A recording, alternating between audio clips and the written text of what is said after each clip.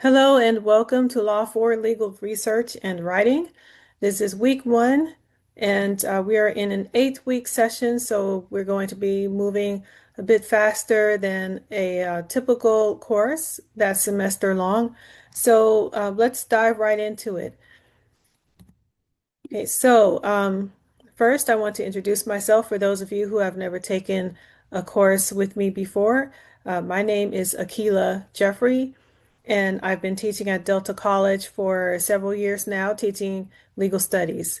I studied like you. I studied at a community college when I was first starting out. So I studied at Laney College in Oakland. I also studied at Merritt College, and I studied for about a year at College of Marin. And so that's my community college background. I went on to receive a bachelor's degree from UC Berkeley after going to Laney and Merritt. I started taking classes there when I was in high school. After UC Berkeley, I went to Vanderbilt University Law School. That's where I got my law degree. And I practiced law, primarily immigration law. And I did that for several years with my own practice in Washington State in the Seattle area. And so after that, I got into education, and I got a master's degree in education with Fortune School in Sacramento. And I've been teaching courses at Delta since 2019. So that's my educational journey. And also, I'm a writer. One of the things I write books. So I write fiction. I write in the fantasy genre, and also children's books. Um, and I also have written a weekly newspaper column for several years in the Bay Area, and that column was called "I Beg to Differ" through the Sunday Morning News. And so that's some of my writing. Uh, so so let's dive into it. One of the things that you learn how to do when you go to law school is you learn how to write, and you have to write a lot. So you become a pretty decent writer. You have to be able to research, but you also have to be able to tell a story. So storytelling is an important part of being a successful legal advocate. You have to be able to tell a story to a judge that advocates for your client. Sometimes you have to tell a story to a jury. Sometimes you're telling a story to negotiate as part of a contract, or you're painting a story. So um, you paint the story through words, and with law, there are different times when you need to be persuasive or when you need to be just neutral and informative. And so we're going to talk about the different times when you use one style over another.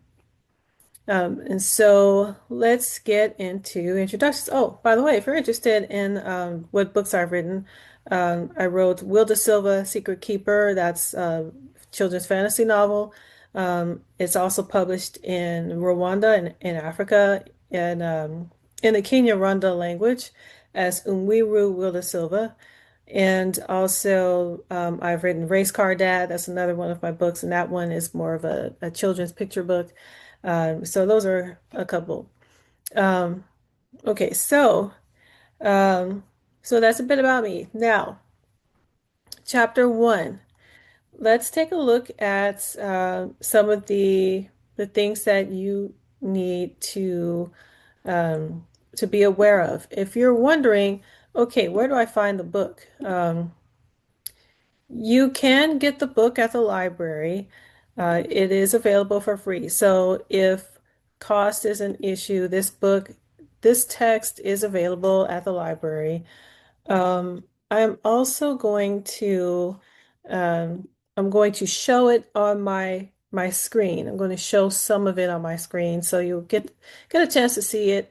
I also have a couple of pages that are on Canvas uh, for your first assignment. So you if you're running a little bit late on getting the text, you can take a look at that on Canvas, and that should help you through this week, the first couple weeks where your assignments due. But then after that, you are expected to get the book and to read the book, read the text, and really, that's a very big part of legal practice. You do a lot of reading, there's a lot of research and writing. So, um, if that's something that you get bogged down with, I'll be showing a few strategies on how you can read a case so that it's not quite so overwhelming, where to look to really figure out the gist of the case, and what tools you can use to help you summarize the case and help you to get through it faster. Nowadays, with AI, it makes it a lot easier to read through a lot of materials and boil it down, summarize it, put it in bite sizes and make it more easily digested. Um, so AI can be a tool that way. So there are ways that you can use AI to help you. You don't want to use AI to write everything for you, to basically plagiarize it for something important like a memo. So you can use AI as a tool, but it doesn't replace human judgment, and it's not 100% foolproof all the time. And also there might be some new information that the AI hasn't caught up with yet. And so, for example, a slip opinion. So sometimes it can lag a little bit. Also, a lot of AI is proprietary. And so there's some things in law that a common AI platform like ChatGPT or DeepSeek, for example, that they might not have access to. So you still need to be able to do old-fashioned research where you go to a legal or law-specific website for research that's dedicated to legal research, and you'll need to be able to find cases or find statutes there. So sometimes you need those old-fashioned skills as well. And you never know. You might find yourself in a physical law library, and you might have to pull a book off the shelf. So that's a possibility. Um, so, so, and also there are some courtrooms that are really particular about the use of technology. Um, so, or you might be, let's say you're in a detention center where many courtrooms are, an immigration detention center. This happens sometimes where uh, you might not have access to Wi-Fi, might not be able to get a signal. And so, if you were planning on doing a little quick research, when you get there, you might find that it's not totally possible or it's difficult. And so, um, so yeah, it's important to be able to do old-fashioned kind of research as well. Even though in that situation, it's not like they have a lot of legal materials that you can use. Um, but there are situations where you need to have notes written. You might need to have something printed out where you can look to it and you're not dependent on being plugged in. So. So we'll talk about those skills. So I want to go ahead and show you the text. So this is our text, and this is legal research and writing for paralegals. And this is chapter 1. First, there's some info about a paralegal's role in legal research and writing. So there are a lot of law offices that absolutely would not be able to function without the role of a paralegal. So they're fundamental in a law practice. And those attorneys who don't have paralegals end up having to do a lot more work on their own and often will burn out faster. So, paralegals, a really good paralegal who knows how to research and write, is very, very valuable. And so, legal research and writing is one of the core competencies of a paralegal. You also need other skills such as organization, such as communication, being able to talk to clients, being able to advertise and market. So, those are important skills as well. But research and writing are extremely important skills for a paralegal. So we will get back to that topic in just a second, but I want to show you on Canvas. I want to show you the text. So we are using the textbook Legal Research and Writing for Paralegals, the 10th edition by Deborah E. Buchot. Um, so, so I just wanted to go back and show that. I don't want to get too far ahead of myself.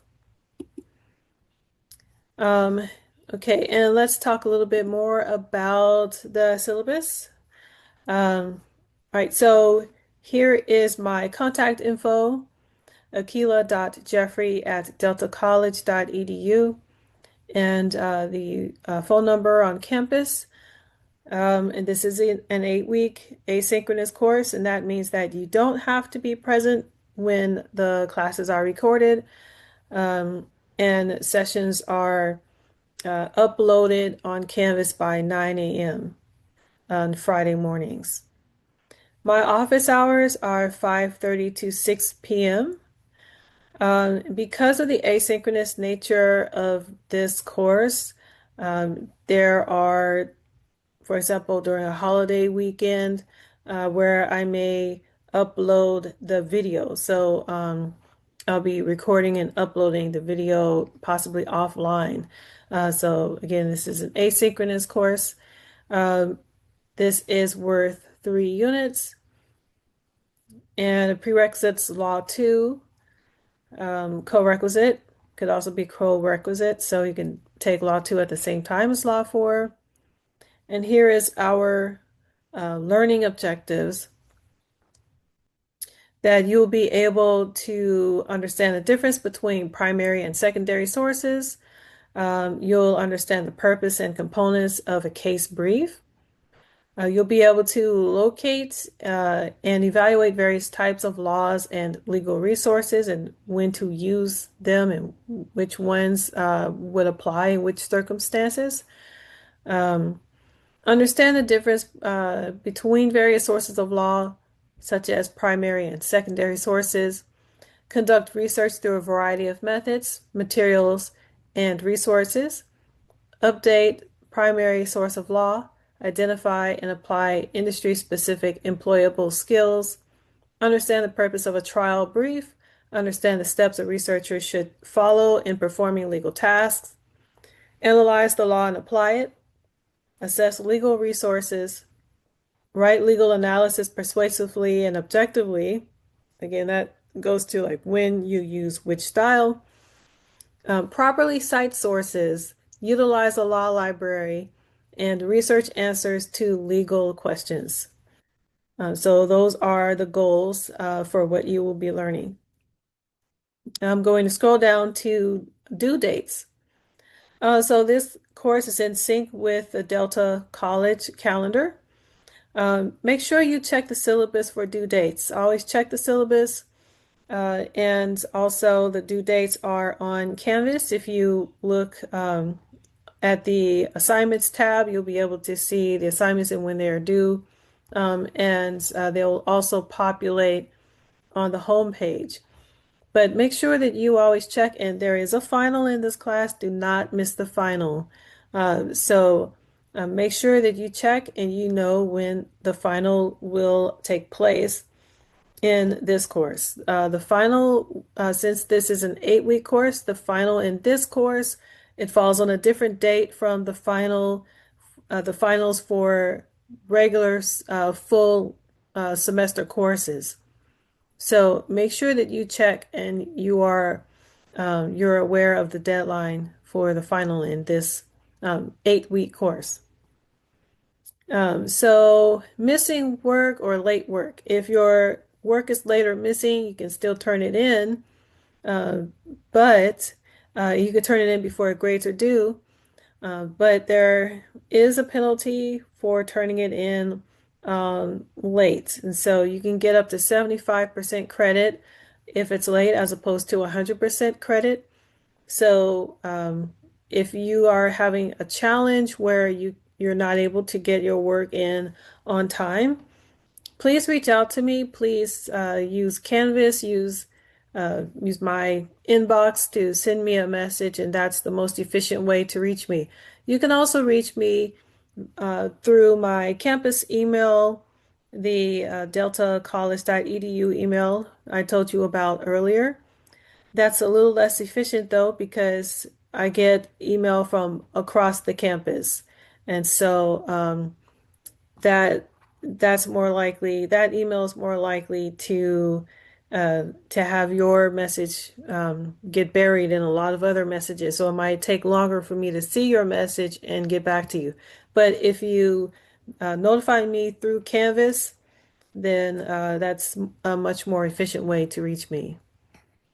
As far as late or missing final exams, if it's missing, then it's a 0. So again, if you're having issues, please reach out to me if you're not able to take the final exam, uh, because that missing the final takes a huge toll on one's grade, and a person can be getting an A or an A plus, miss the final, and it's a pretty steep drop if they don't take the final. Disability support for students who need disability support, please contact DSPS for accommodations. Also, if you bring things to my attention, such as in the past, people brought things to my attention like a need for subtitles, or they needed uh, a document to be in a larger font, for example. I can do that. So if you have those needs, don't hesitate to reach out to me. Online engagement. So you're expected to participate in the discussions that are on Canvas. So where there is a discussion, that's a written discussion where you're required to post a response to a question and then respond to something a classmate said. That's the participation in this class. And so you're not expected to come to recordings, but you are expected to participate in the discussions. There are some students who have not participated in discussions, and it has a huge impact on their grade because the discussions, I believe, are 30% of the grade. So yeah, classroom discussions 30%. So that's giving up a lot of points to not participate. Here's the grading breakdown. It's similar to the campus grading breakdown. Again, the grade distribution is as follows. The quizzes are 20%, class discussions are 30%, and homework is 30%. The final is 20%. Plagiarism.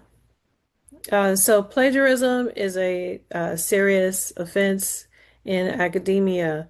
What is plagiarism? That's copying 5 or more words from another source without giving attribution, uh, and passing that off as your as you're writing. So that's problematic if you're writing an essay or if you're writing the kind of writing that is supposed to be your thoughts and your work product. It's supposed to be your authorship. So if you are plagiarizing someone else's writing and you're not using any quotation marks around it or saying according to, then it's considered plagiarism. So be careful with that. In this era of AI, often people will copy and paste what they have prompted on AI. So in a situation like that, where they're copying and pasting an essay, uh, or they're copying and pasting a short essay answer, for example, um, that can be problematic because it's a form of plagiarism. In that instance, they're copying the work product of the AI programmers. And so they're copying the platform. So it doesn't mean that you can't use it. So what you can do is you can, if you're using prompts in AI, you can ask for its source. Always ask, what is the source? And then double check, go to that source and make sure it says what the AI is claiming that it says. Because sometimes AI will give you a source, and when you check it, it doesn't actually say what it's claiming. Or you go to that source that AI is claiming is a source, and it's a broken link, or it's not really, it doesn't give all the details that, the AI response gave you. So things like that, um, check behind it, and you can always, put it in your own words. So you got the information from AI, and you're putting it in your own words. You're making it more authentic, and you're explaining this is where I got it from. These are the sources, and the sources maybe you found them through AI, but you're still telling me the source instead of just copying the source.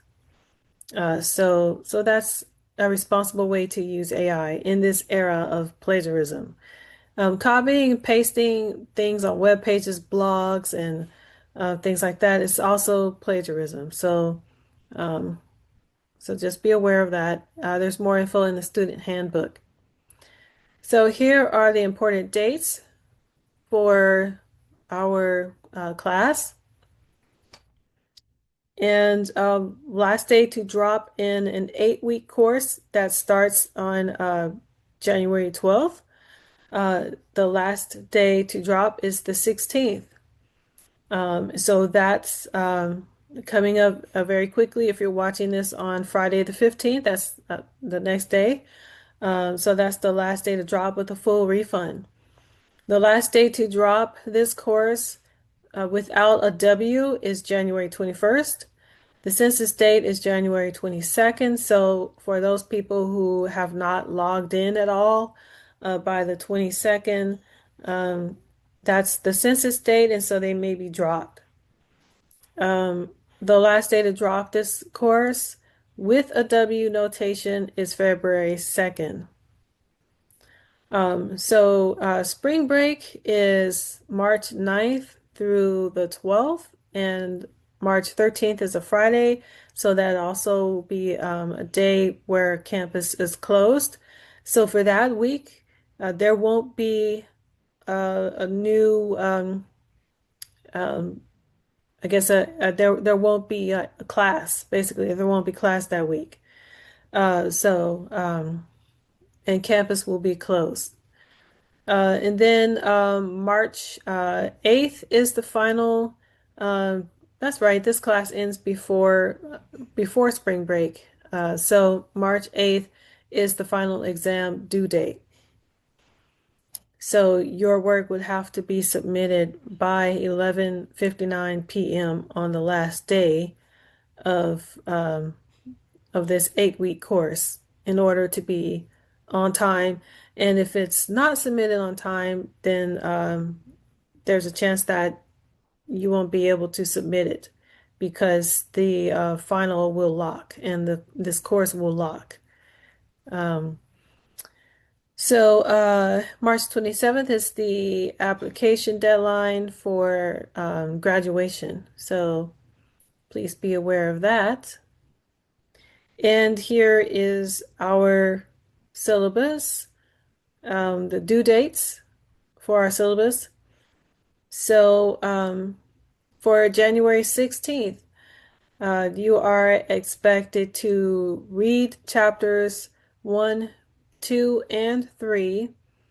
And there's an assignment for chapter 3, and it's numbers 1 through 3, where it says assignments. And I posted the page with those questions on it so that you know exactly which questions to work on. Also, your practice demand letter is due on January 24th. And then we'll go on and look through the rest of the syllabus, where it shows the chapters to read and what we're going over for each week. And so we'll continue going over chapters 1 through 3 for January 23rd for that week. Your first discussion is due on January 30th. I'm sorry, February 6th. It opens on January 30th. And you also have quizzes. So if you look in the right-hand column, you'll see the dates where the quizzes are due. So the first quiz, chapters 1 and 2, is due on January 23rd.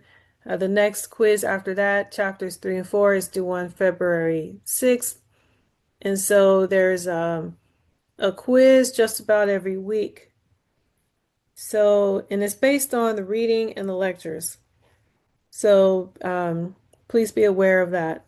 Also, the other assignments are in the middle here of our schedule. So you'll see when you have your first discussion, January 30th, second discussion, February 13th. If you're wondering whether you can get a jump on the discussions will open, they'll unlock at certain dates during this course. And that's to allow you to hear some of the lecture and have a chance to really digest more of the material before you start offering your opinion on a legal subject. The letter and email is due on February 28th, and then the final exam it's unlocked on March 6th and then due March 8th at 11:59 p.m. So that's our syllabus. Okay, so now I'd like to go back to the reading for chapter 1. Types of law libraries. So you'll find different kinds of law libraries. You'll find campus law libraries at law schools, and those are very often limited to just students who are enrolled at the law school or students who are at the university in general and staff. But you may find some law schools that will allow members of the public to come. There are also county law libraries, and you can use county law libraries. Those are free and open to the public. You can also find some bar associations that have libraries as well. You can research in a general library, and sometimes they have legal materials at the reference desk. So these are examples of different kinds of law libraries, and some larger firms have their own in-house library. It's becoming more rare because so much is online today, but you might still find some of those in some of the larger law firms.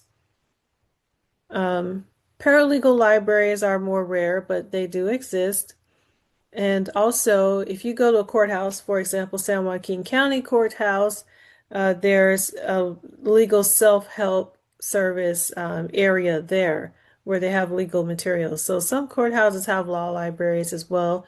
Uh, they very often are a lot smaller and more specialized in terms of the areas that the legal areas that have materials there. For example, in family law, divorce, uh, landlord-tenant law, things like that, you can find some legal materials at the courthouse. In some areas of the law that are a little more niche, you might have a harder time finding materials at the courthouse. So an example of that would be Superfund. A Superfund is the law of toxic removal and toxic waste removal. So that's an area where, you might not find that much at a county courthouse on that.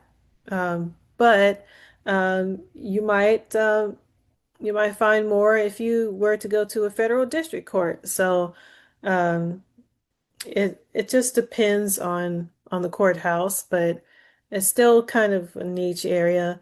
But things like divorce, you can find materials there. The arrangement of law libraries. Um, the law libraries are arranged where you'll have um, these the publishers. All of the books of a publisher will be arranged by volume and edition. And so the different publishers in the legal field are referred to as reporters. And so that term reporter, it in normal parlance, when people say that, they're talking about a profession, a person who writes news stories, for example, or a person who is on the television newscast, and they're telling you about some incident that happened somewhere.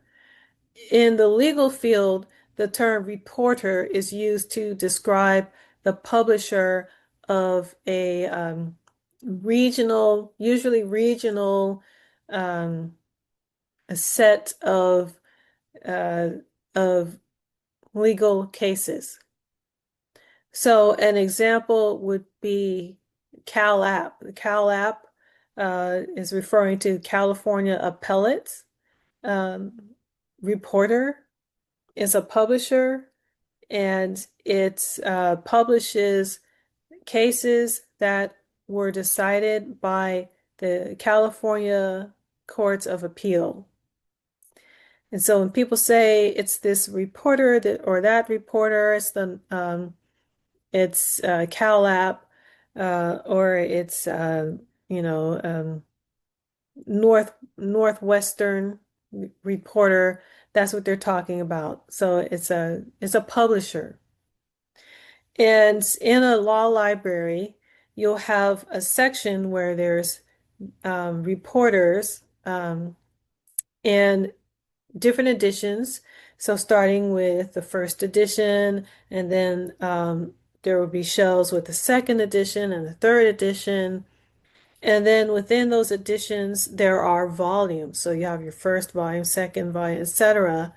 And so when you look for a case, you'll need the name of the publisher slash reporter. You'll need the edition, which number edition, and you'll need the volume number, and then you need the page number. So all of those things are included in a legal citation so that any attorney anywhere in the world can take that citation and find that case exactly. And so they can find it through an online legal research site like LexisNexis or like Westlaw, or they can go into a physical law library, a county law library, or some, large law library, and go straight to that case and pull it off the shelf. And so law libraries are organized that way. So any lawyer who's trained anywhere in the United States or a U.S. territory will know exactly how to use that law library and go straight to that one particular case out of the millions of cases that are out there. Um, and also, statutes are organized similarly. There's volumes, there's editions, volumes, etc. So an example would be the United States Code Service. So one can pull the that title off the shelf and go straight to the specific law slash statute. Statute means law, and find that exact law that's being cited. Or they could go online, they can go to a state legislature website and pull that up because they know the title, they know the paragraph of that law, etc. So they know the citation of it. Or they could go to congress.gov if it's a federal law. So those are examples of how a law library is organized and how someone can go into a law library and pull a case or a statute off the shelf. Um, so it's not using the Dewey Decimal System. It's a different kind of system, but it works. So you can always talk to law library staff. They're very knowledgeable. So if you're ever having any trouble, you can ask for assistance, and they'd be happy to help you out and use the same formality in a law library as you would use in any law library. So, observing, quiet, and things like that. Um, so, and there's a section that talks about law library courtesy. So it's the same. It's just if you're using a law library, it happens to have legal professionals there, but same standards.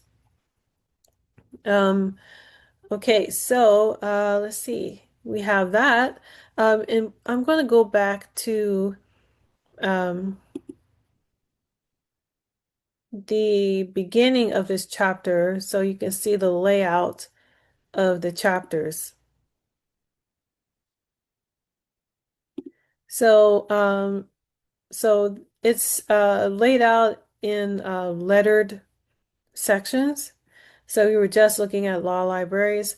And so now we're going to go to section C, sources of law in the United States. And I'm not always going to be showing the text in these lectures, but since this is the first week and some of you might not have the text yet, it might be easier to just to look on with this lecture. Okay, so common law, the common law tradition. Um, so um, yeah, let's continue to talk about. I just want to check where we are on the agenda.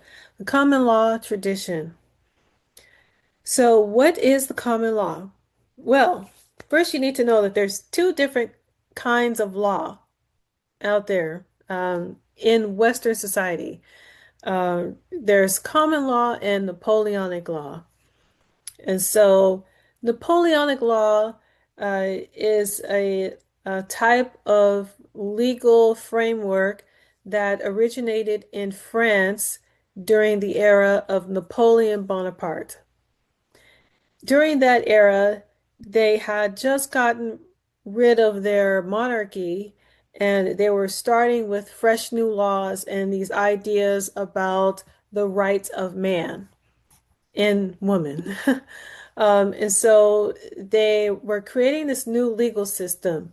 And uh, this certain code became known as the Napoleonic Code. It had laws for everything. If this happens, then this is the result. If this, then prescribe this. So if this happens, then a judge should say that. And the judge should interpret this as meaning this, so it was very specific. Um, the common law system derived from judicial decisions in England. So the Napoleonic Code is from France, and there are still some countries out there that use the Napoleonic Code. France does. A number of Francophone countries, meaning French-speaking countries, use the Napoleonic Code still. So you can find countries in the Caribbean, for example, that were formerly French colonies that have some version of a Napoleonic Code. Um, the United States uses the common law system. And the United States at one point was a colony of Great Britain. And so it inherited the common law system from the English. The common law system uh, refers to decisions by judges that future judges still look to for guidance on new situations that are based on the same legal uh, the same legal violations or the same legal circumstances. Okay, um, so one case that is taught in law school is about a neighbor who has some property damage because of the other neighbor's cow. So way back in Merry England, let's say the 1600s or maybe even before then, um, there would be disputes between neighbors, and one neighbor would have a cow and the other one doesn't have a cow. The other one's a farmer. And one neighbor, he's a dairy farmer, and the other neighbor has vegetables. And so one day, the dairy farmer's cow gets loose and tramples the carrot farmer's land. And so the carrot farmer feels like the neighbor, the dairy farmer, was at fault because the dairy farmer should have made sure that his cow was tied up. And instead, the dairy farmer let the cow roam and wasn't paying attention and left town, and the cow was out, and cow trampled up all the carrots, and now the carrots are ruined. Um, so the neighbor decides to complain to the judge of their hamlet and says to the judge that, well, my neighbor is at fault because my neighbor's cow got loose and all he had to do was tie it up when he was leaving town for the day.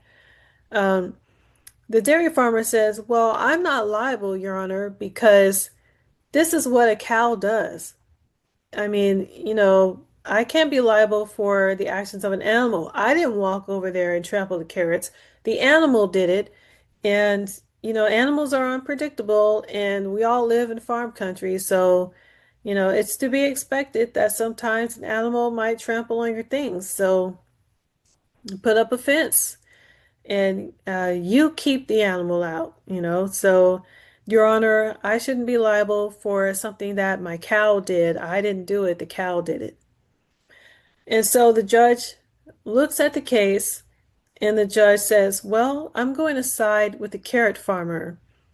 And the reason why I'm siding with the carrot farmer is because the carrot farmer took reasonable efforts to protect his carrots. Maybe he had like a little gate or something around the carrots. Maybe he had them in a planter's box or something. So he did take reasonable efforts, but your cow just went on a rampage, and you did have a duty to tie up the cow because you knew that if the cow was loose, that the cow would do some kind of damage, and it's something you own, what you own entered into someone else's property. And so you have a duty to make sure that you respect everybody else's property. And if an instrument of your property enters into someone else's property, then you're liable. Okay, so this is like a case from a long time ago, hundreds of years ago. And the details might be a little bit different. It might not exactly be carrots, it could be some other crop or what have you, but you get the idea. Uh, so, so this decision then gets written down. There's a court scribe who writes down that the judge said that this is for foreseeable or this is a trespass, and so it's written down. So 100 years later, fast forward, now we're in the American colonies. 100 years later, a similar situation happens. And this time, instead of a cow, it's a goat. And the goat enters somebody's property and starts chewing the linen clothes that are hanging on the lines, on the laundry line, and they fall off and get destroyed. And so the same legal principle is at work. It's still a trespass. And so if the laundry the laundry person, uh, in this case maybe a laundry woman perhaps, sues the goat farmer next door, then the judge is going to say, okay, well, let me look and see what past judges have decided. So they go back and they look into the previous cases back in England, and they say, okay, um, based on what a previous judge said, going back 100 years, um, it's the fault of the person who enters someone else's property or their animal entered their property without permission because they had a duty to lock up their goats. And so this is the same type of situation as the cow situation from 100 years ago. Um, and so you're liable, Mr. Goat Farmer, is your fault, and you have to pay for the destruction your goats did on the property of the laundry. So one might wonder, well, why would the court defer to an old decision like that? And in the common law system, the idea is that if the law is predictable, if a person can rely on a certain interpretation of law because it hasn't changed for 100 years, then that gives everybody notice, and that's going to end up making society more stable. People know what to expect, and so the chances of an arbitrary decision later on are minimized because everybody knows that courts have been following this interpretation of trespass for the past 100 years. Then fast forward to 2026, and this time you have a neighbor who is operating a drone. And the drone operator operates their drone. The drone flies over onto another neighbor's property. The battery dies in the drone, and the drone falls down. And when the drone falls on the neighbor's property, it hits their water fountain and it damages the spout in the water fountain. So the neighbor who owns the water fountain sues to have their fountain replaced because it's a very expensive fountain, and they sue the neighbor with the drone. Based on the same logic, the drone operator allowed their uh, instrument to enter upon and trespass upon a neighbor's property. and they're liable for the damage done to the fountain owner's property. So it's the same logic. So this was a kind of a long way of explaining common law, but that's how the American court system works. So the U.S. court system uses this common law, um, and U.S. judges will go back and look and see, well, what did a past judge say about this situation?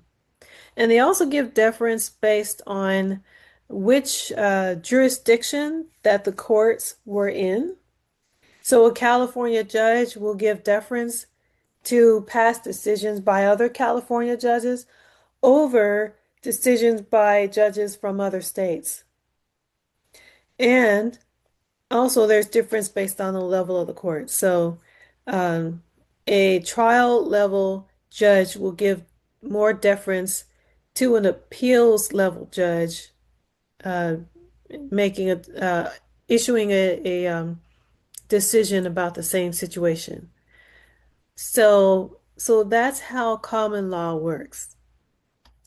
And so we have our common law tradition in the United States, and that's just the system that's followed. Uh, there are a few places out there, a few jurisdictions that will have maybe a mix of common law and Napoleonic Code. Louisiana is an example, but most states are following the common law, and even Louisiana uh, is now leaning more towards common law than Napoleonic Code. Okay, so we use the common law method, and that's why citing cases is so important. When you watch a TV show, a legal TV show like Suits, for example, and the lawyers are saying, well, Your Honor, based on the case of Mapp versus Ohio, and they're going on, um, they're citing the common law. That's the reason why Mapp versus Ohio matters at all to another judge. That's why they would listen to that, because they're going to follow the United States Supreme Court's decision on a matter, and Mapp versus Ohio is a Supreme Court decision. So that's why you'll see lawyers in TV shows that are citing these cases. So they're really citing other judges' opinions in similar matters. So we have constitutions and we have statutes. A constitution, for example, the United States Constitution, that's the founding documents, or one of the founding documents other than the Declaration of Independence.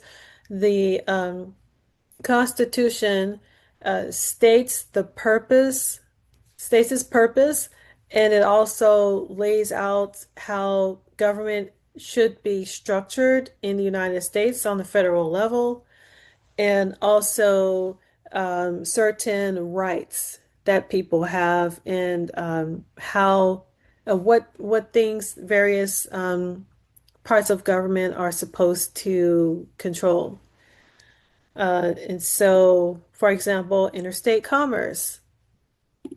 So uh, that's what the Constitution is used for. And you also have the Bill of Rights in there that um, the anti-federalists insisted upon.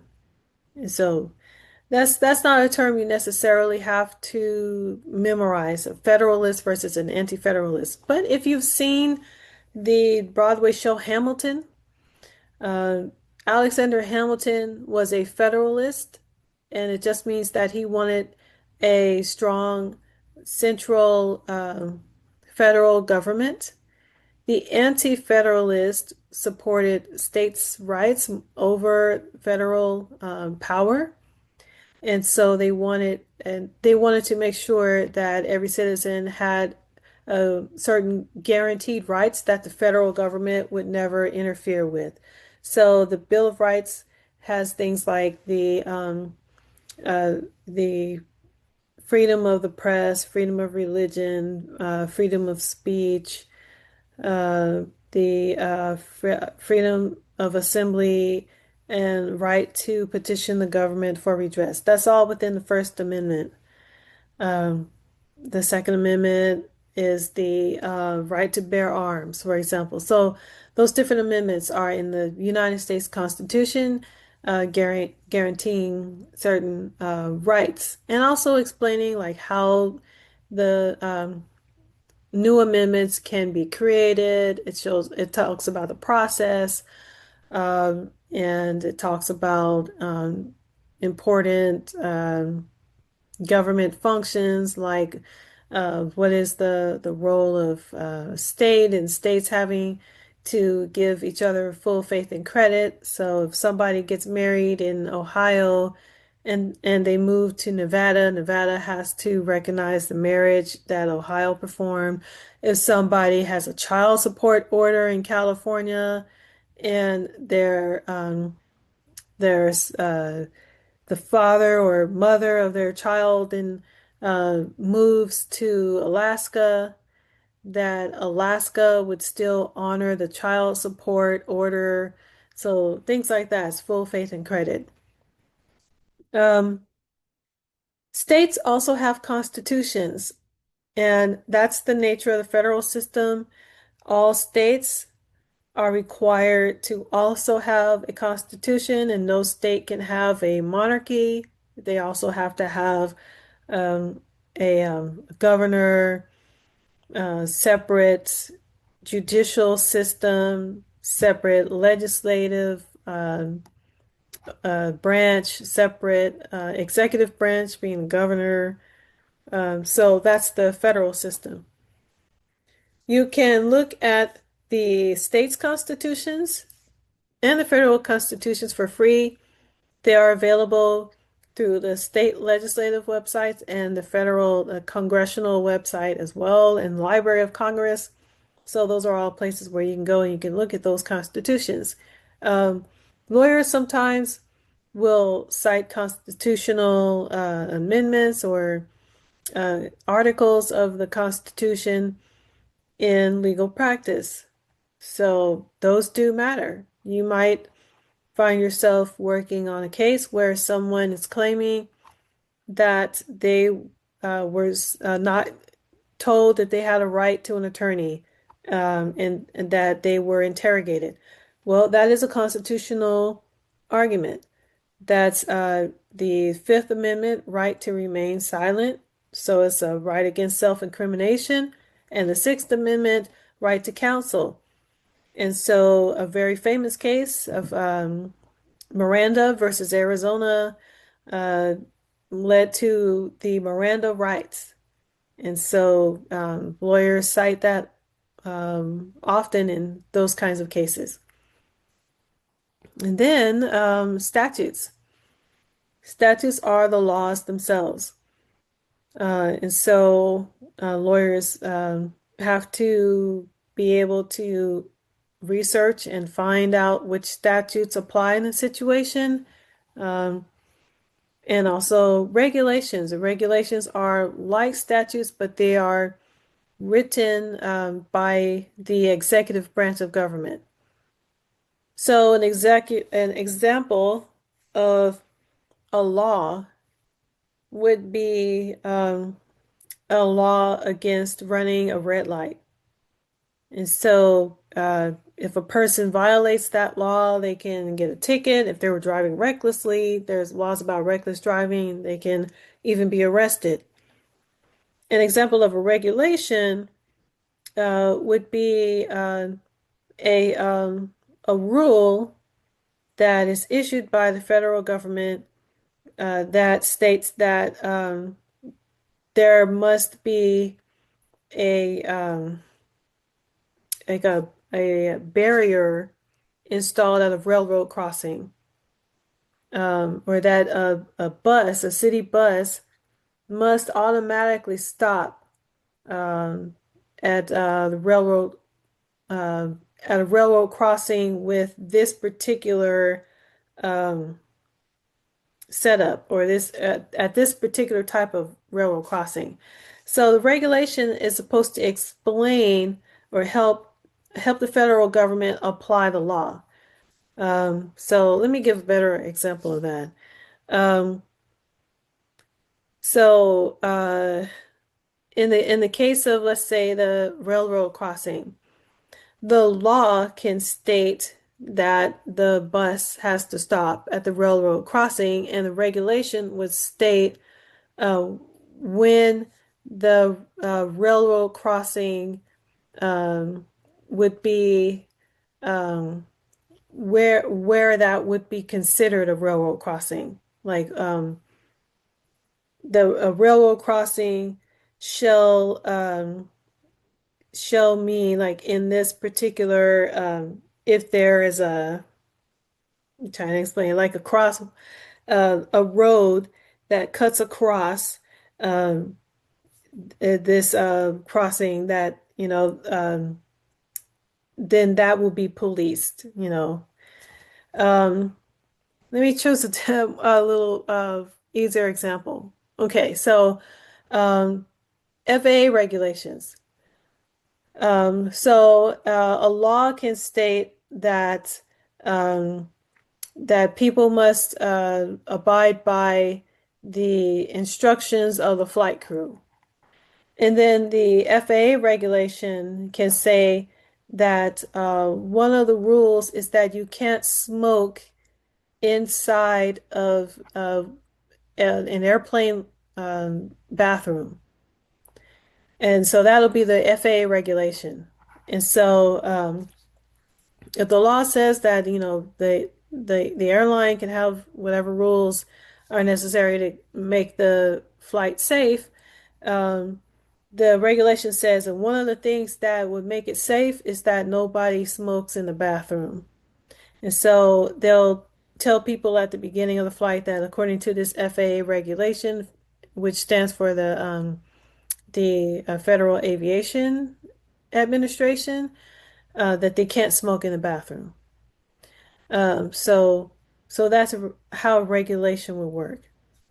Um, so often regulations will help the executive branch to fulfill the laws.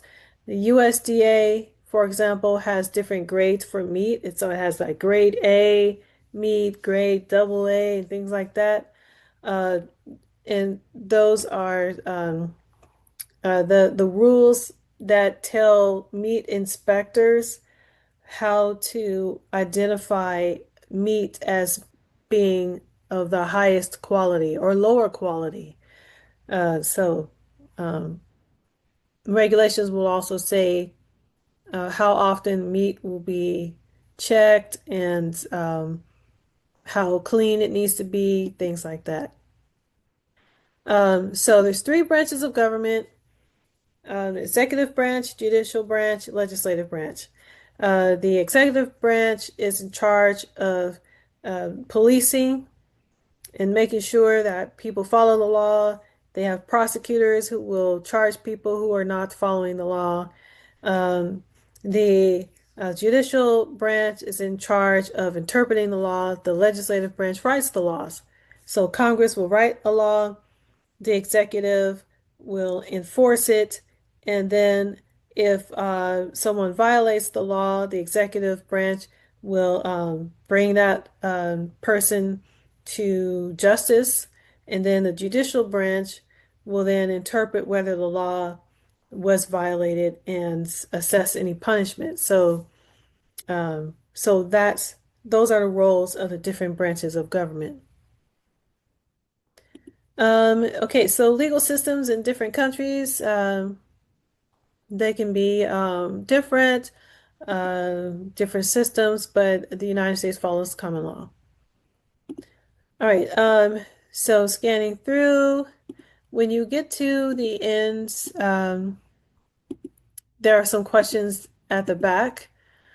Um, so let me go back to our menu.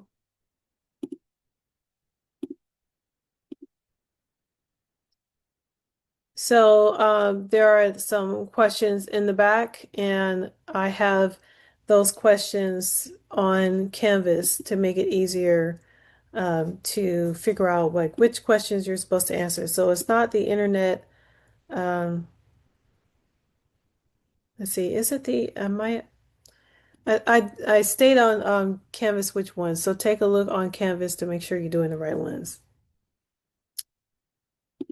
Okay, so let's go back to the agenda, and I just want to make sure that we are um, covering all the things that we need to cover in this lecture. All right, so we are good on time, so I'm going to go back and take another look at the reading.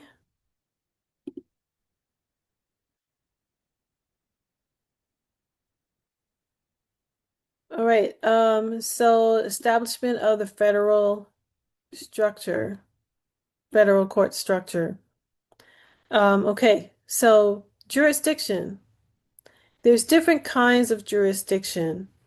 Let me just check the agenda and make sure that I don't repeat anything. So, okay, good. All right, different kinds of jurisdiction. Um, Jurisdiction is referring to the topics and the locations that a court has authority to talk about. It's where the court has the authority to judge matters. So, for example, if somebody commits a crime in Stockton, California, then a state court in California can deal with it. The proper venue would be the county where the violation took place. Um, but maybe it's a high profile case, and maybe there's too many people who are close to the defendant in some way or a victim, and so it's moved to another venue. So maybe instead of that case being tried in Stockton, the case is moved to Los Angeles. So the venue changed, but the jurisdiction is the same because it's still a violation of California state law if that defendant, let's say it's a murder case in California.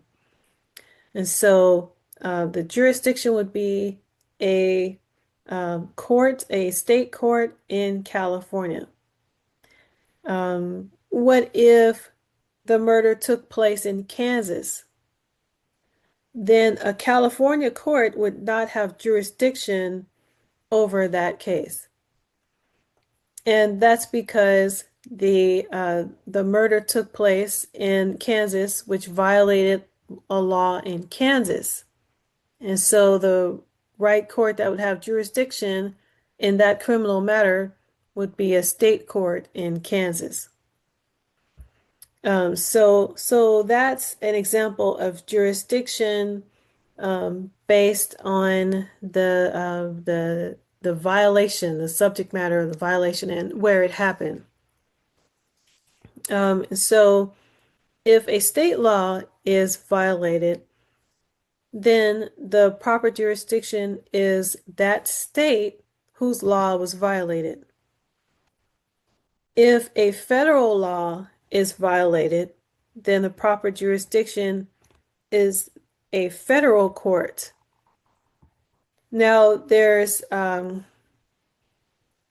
federal courts all throughout the United States. And so the federal courts in all the different states, they are there to make it easier to obtain justice for a federal law violation, no matter where somebody is in the United States. They can get to their local federal court. Uh, so, so that's an example of how jurisdiction can look different based on the situation. So let's dig a little bit deeper into types of jurisdiction. One type of jurisdiction is federal question jurisdiction, and that refers to when a federal law is violated. And so, or a federal constitutional amendment is the issue. And so one must ask, is there a federal question being asked? An example would be the freedom of speech. Does the issue involve a violation of one's freedom of speech? If so, there's a federal question. And so there's federal question jurisdiction, meaning the case can take place in a federal district court. Another example of federal question jurisdiction is a federal law about, let's say, drug trafficking. So somebody flew from another country into the United States and they had cocaine in their suitcase. And so there's a federal law about drug trafficking. Therefore, there's federal question jurisdiction. So their case will end up in a federal district court. All right, so another type of federal jurisdiction is diversity jurisdiction. This is a situation where it's a civil case, somebody suing somebody else. And so in federal diversity jurisdiction, this may apply where the defendant and the plaintiff are from two different states. So if all of the plaintiffs are from different states from all of the defendants, then they can have their case decided in a federal court. And the federal court's like a neutral kind of court.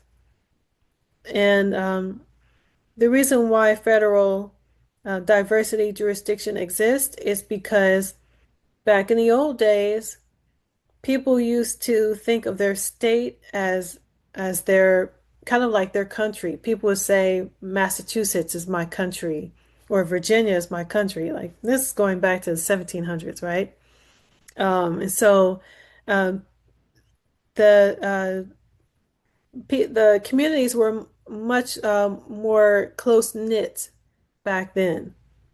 And so if someone, let's say from Kentucky, was suing somebody from Missouri, and if the case were in a state court in Kentucky with a judge who grew up in Kentucky, the jury uh, are all lifelong Kentuckians.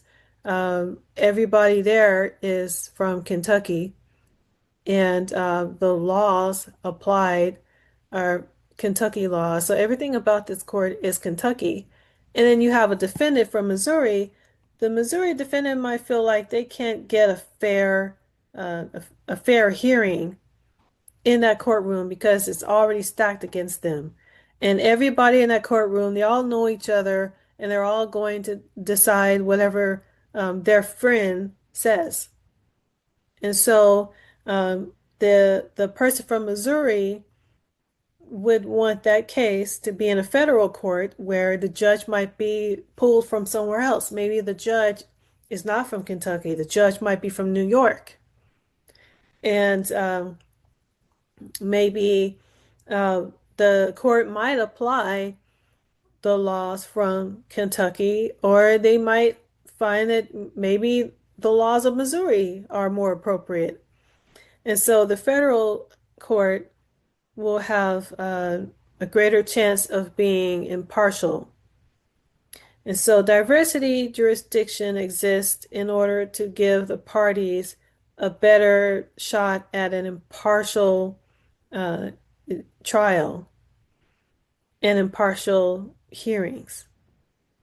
And so whenever you have a plaintiff and defendants who are from different states, and in addition to that, the amount that is in controversy, in other words, the potential award is greater than $75,000, then diversity jurisdiction may apply. And one of the parties can the plaintiff can file the case in the federal court, the federal district court, or if the plaintiff files the case in the state court, the defendant could object to that and say, well, this should be moved to the federal court, and because of the diversity, this is the improper venue here in the state court.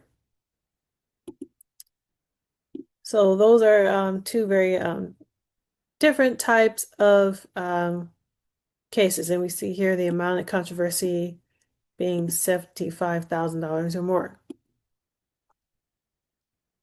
All right, so concurrent jurisdiction. Concurrent jurisdiction can happen where the federal court and the state court might both have jurisdiction in a matter. And sometimes they will take turns trying somebody. Sometimes the state courts will defer to the federal court and allow the federal court to try that person first, and then the state court tries them, or the state court might go first if they've put their case together. They might go ahead and try that person first, and then if that defendant is found not guilty, maybe the federal court might then charge them. So what's an example of concurrent jurisdiction? So let's say you have someone who robs a bank. If they rob a bank, they have committed a crime that violates state laws. So there are laws about robbery. There are laws about burglary. So they violated the state law. They robbed a bank. But they also violated federal law about robbing banks, because more than likely that bank is FDIC insured. And so FDIC meaning it's federally insured. Its deposits are federally insured, and so therefore the federal government has some jurisdiction in this matter. So then the bank robber violated both the state law about robbing a bank and the federal law about robbing a federally insured bank. And so you have concurrent jurisdiction. So they could be tried in either the federal court or the state court or both. And sometimes they'll have one trial and then another trial on the same matter. Exclusive jurisdiction. There are some courts that will have exclusive jurisdiction, and other courts aren't allowed to review that type of matter. So an example of a court with exclusive jurisdiction would be a copyright case. So intellectual property cases, copyrights and patents, those are going to be before a specific federal court. Cases that deal with maritime law on the high seas, that deal with ships. Sometimes that's a really specific court. Another example would be the Court of International Trade. It's got a very specific jurisdiction. All right, so mootness and ripeness. Let's talk about mootness and ripeness. So a case is moot if the controversy is over. So if the controversy was resolved. An example of a moot case would be if somebody decides to sue for an injunction, and maybe it's a nuisance case. And so their neighbor's playing loud music, and they play loud music every night. And so the other neighbor tries to sue for private nuisance because of the loud house parties at night. And so before they can get to the courthouse to start this case, as soon as they file the paperwork, the other neighbor sold the house and they're gone. Um, so can the plaintiff still sue the defendant for the private nuisance, the house parties, when the defendant no longer owns the house and the defendant has left and there aren't any loud parties anymore? So that's going to be a mootness situation where the court's going to say, well, there's really no reason for us to enter an injunction now if they're gone. So it's resolved, it's over. So that's a case of something being moot. Ripeness is where the injury hasn't happened yet. So in this situation, one neighbor says to the other, I'm going to have a party this Saturday and it's going to be a rager. And we're just going to, we're going to blow the shingles off the roof. We're going to have this loud party.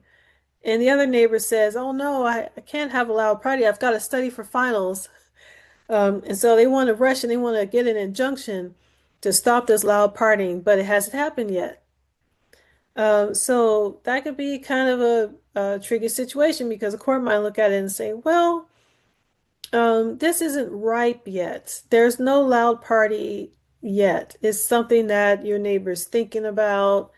Um, Maybe if there were some concrete plans, if uh, they've papered the town with these advertisements and everything, maybe you'd have more of a case. But if your neighbors just said they're thinking about having this rager and they're not doing it yet, maybe this case isn't ripe yet. So the injury hasn't happened yet.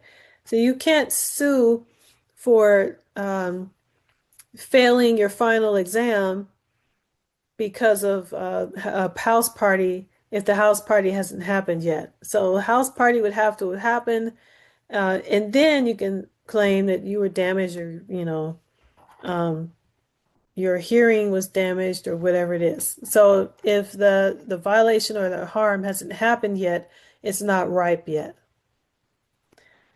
So in order to maintain a lawsuit, you have to have you can't have it be moot and you can't have an issue of ripeness.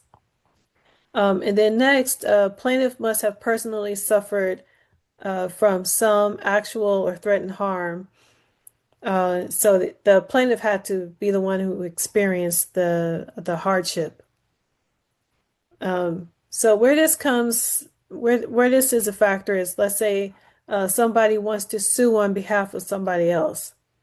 So a neighbor whose garden keeps being trampled because the next door neighbor lets their dog go loose, and the dog comes over and digs holes in the yard and ruins their landscaping.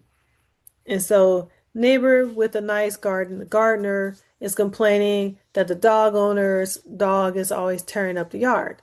So the gardener tells their best friend, and the best friend says, well, that's terrible. I'm going to bring a lawsuit on your behalf.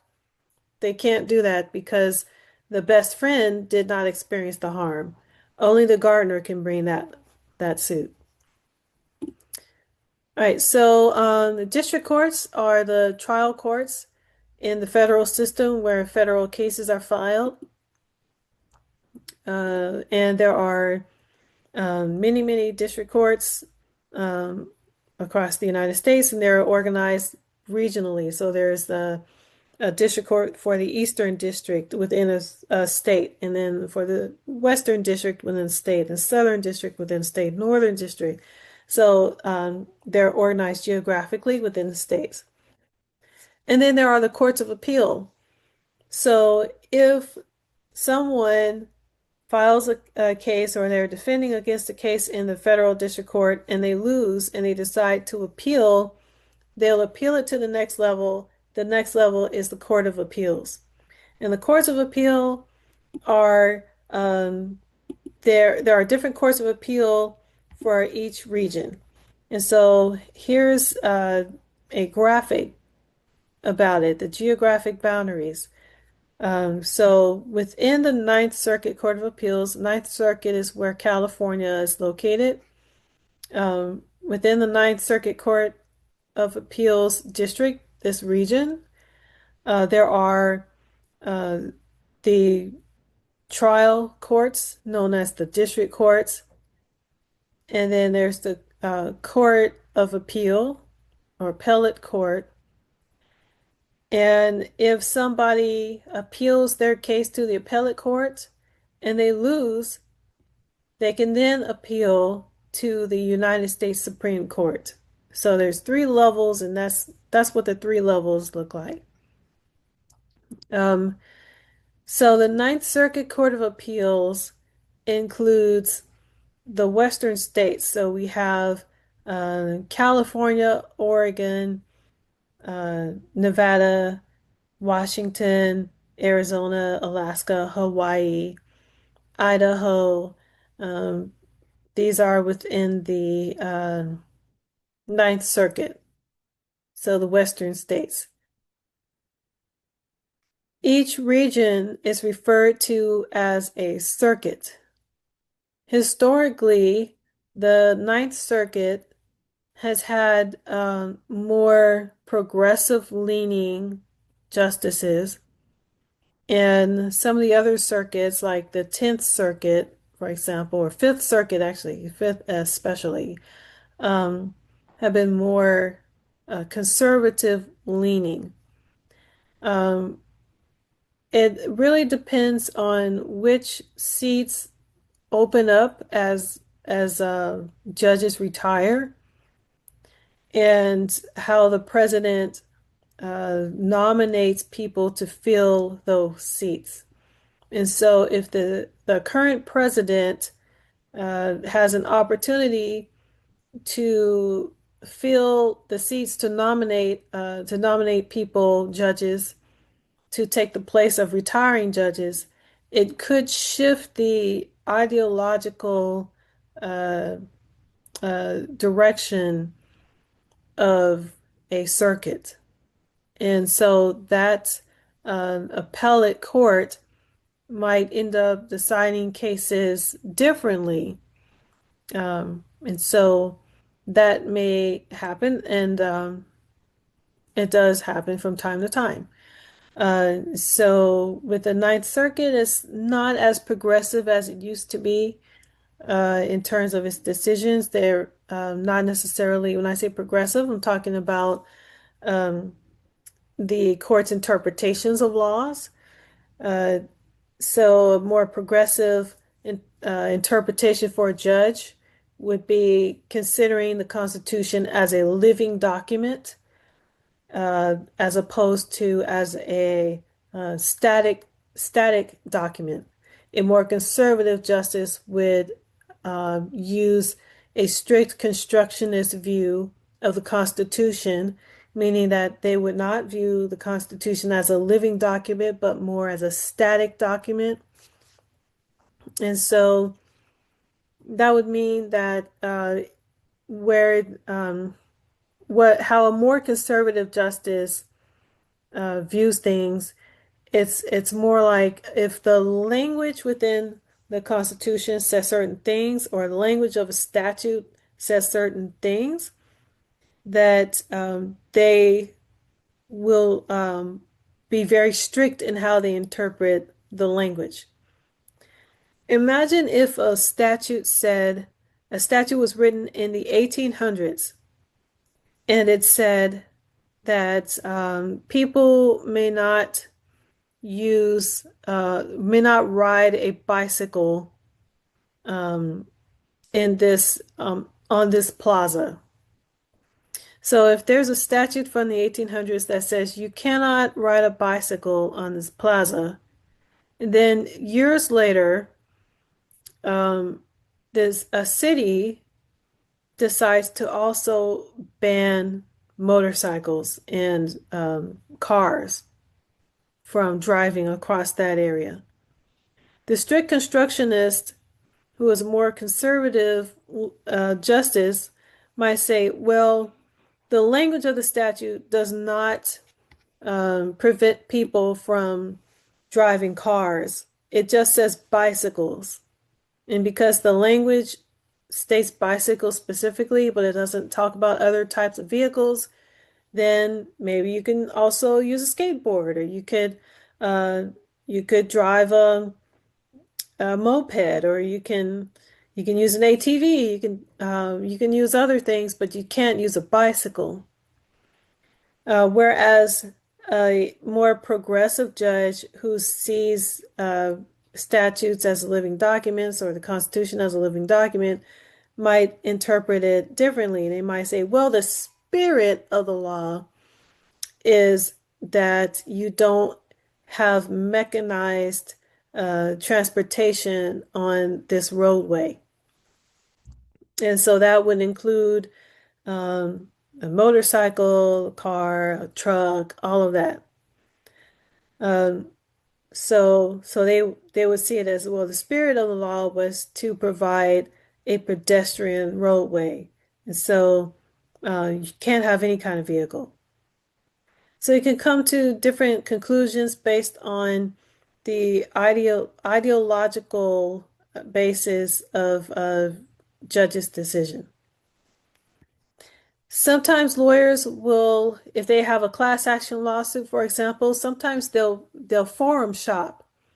And that means they'll file the case in a particular jurisdiction where they're more likely to have receptive justices.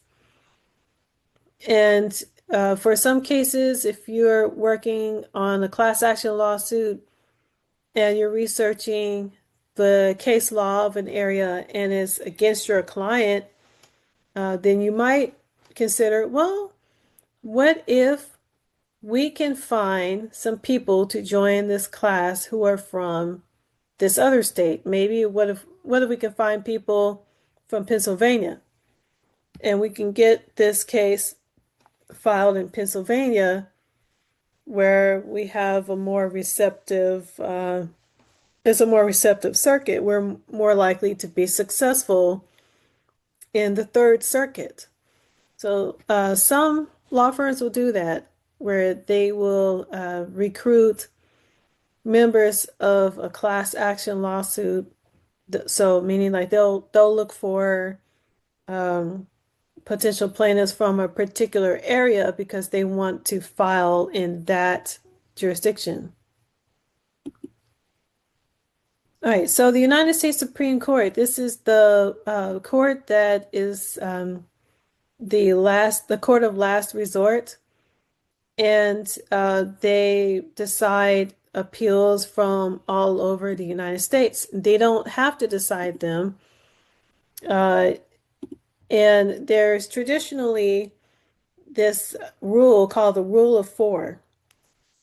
It's not written down, but it's a sort of practice where the court might decide to review an appeal if at least four justices on the Supreme Court agree that they'll review the case. Judges on the Supreme Court are referred to as justices. And so they call it the Rule of Four, where at least four of them, they get together and they look at all the appeals that were filed before the Supreme Court, and there's thousands of them. So they can't realistically review every appeal request. And so they'll get together and they'll vote and say, you know what, maybe uh, four of us, at least four of us, think that we should review this. So let's go ahead and we'll review this particular appeal on this issue, on this uh, cruel and unusual punishment, Eighth Amendment violation issue. Um, so that's how that works, typically. Um, and also the U.S. Supreme Court being the last law of the court of last resort for appeals, they can hear appeals from state courts as well as federal courts and the military courts, all of the courts. Also, the United States Supreme Court has original jurisdiction in a couple of specific types of cases, such as where the thing that's being violated is a treaty, or a treaty between a tribal government, and the federal government, or it's one state that's suing another state, things like that. It can have original jurisdiction. Okay, so moving on, and we see here original jurisdiction, controversies between two or more states, actions in which ambassadors or other public ministers of foreign states are parties, controversies between the United States and a state or not, that's non-exclusive jurisdiction, actions by a state against citizens of another state. And then appellate jurisdiction here. So cases from the federal courts, um, United States Court of Appeal, and cases from the highest state courts that present a federal question.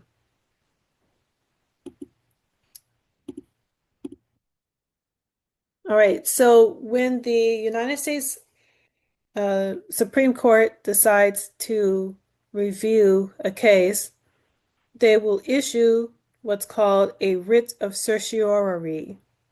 Writ of certiorari. That's an order to the lower courts to produce all of the legal documents of that case and forward them to the United States Supreme Court. When the U.S. Supreme Court issues a writ of certiorari to the lower courts that handle the case, that signals to society that they're getting ready to review an appeal filed to the Supreme Court in that case. The Supreme Court has sessions, and so they'll review a certain number of cases per session. And sometimes they'll wait until the next session to review an appeal. So the appeal doesn't always die if it's not addressed within a particular um, Supreme Court session. Unlike in the legislative system, where let's say a member of Congress introduces a bill and nobody votes on the bill dies at the end of the legislative session, typically. Okay, so here's the structure of the federal system. We have the Supreme Court at the top of our diagram, and here are all the other courts are below the United States Supreme Court. We have the state trial courts on the right-hand side.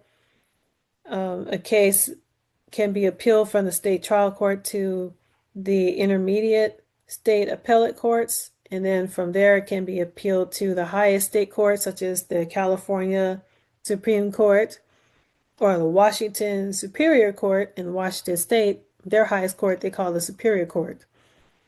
And then if it has to do with a federal question, such as a federal law violation or a constitutional law issue, it can be, or it's a violation of at the federal government violated some right, then they can appeal it to the United States Supreme Court.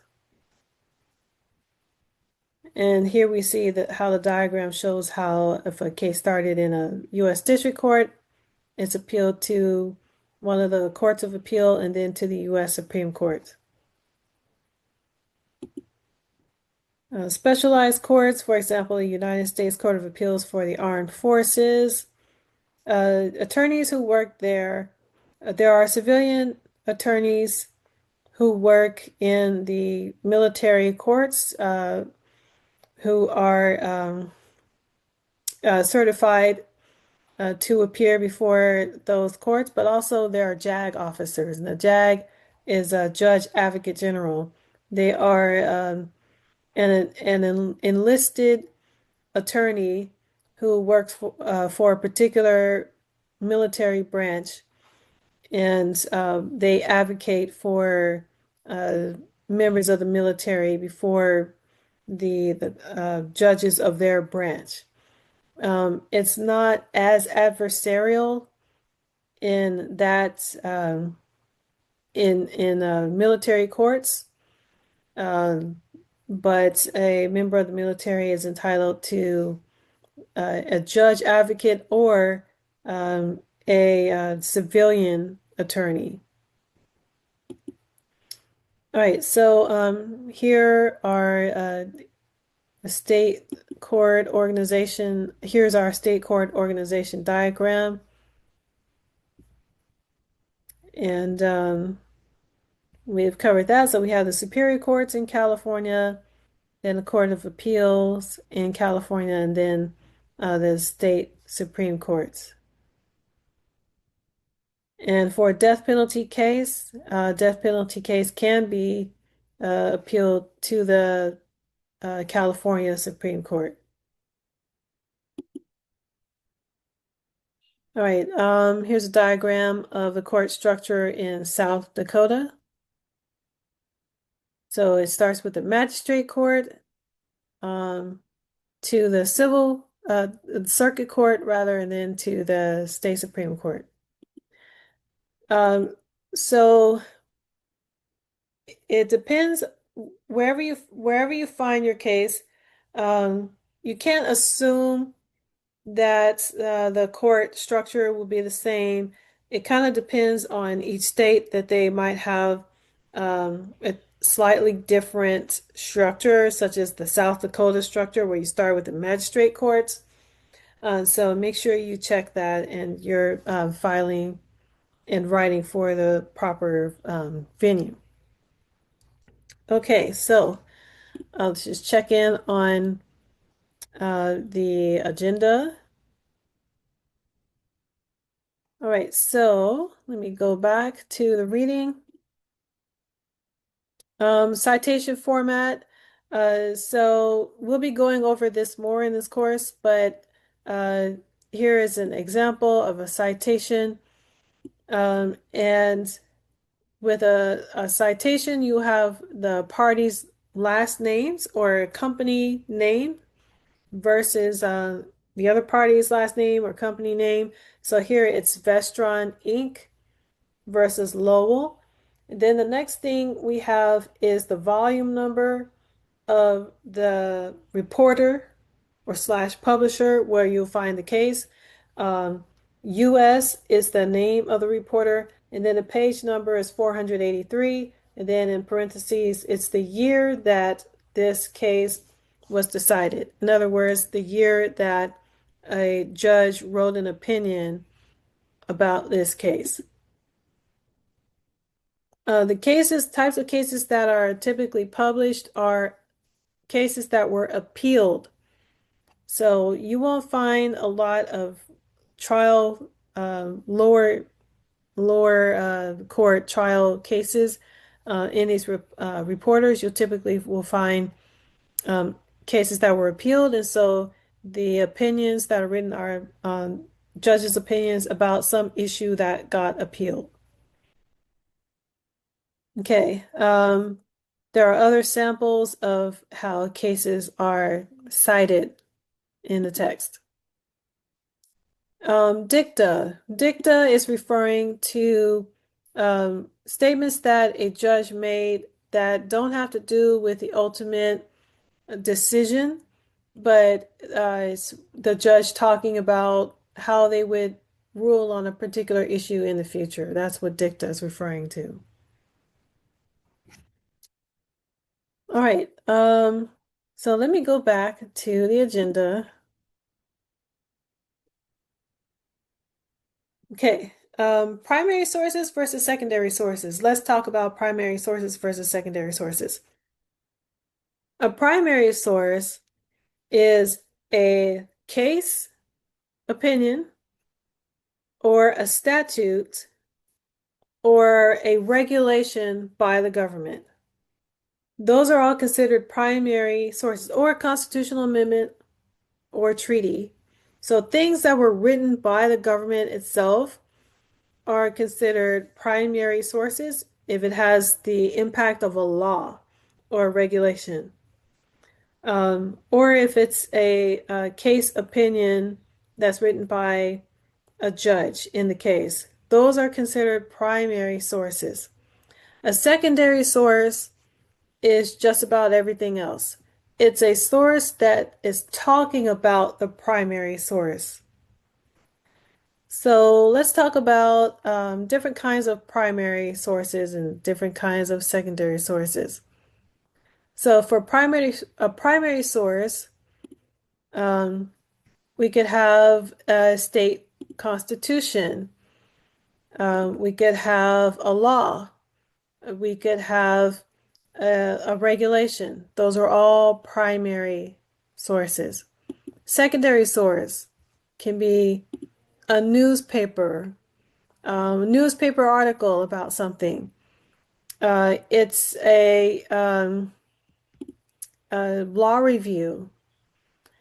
It's a legal dictionary. So those are all secondary sources. And the reason why they're considered secondary sources is because they don't have the authority of the government behind it. They don't have the authority of law. Also, another type of secondary source would be the opinion of a lawyer or the opinion of a prosecutor, but it's not decided by a judge. So those are secondary sources. An encyclopedia is a secondary source.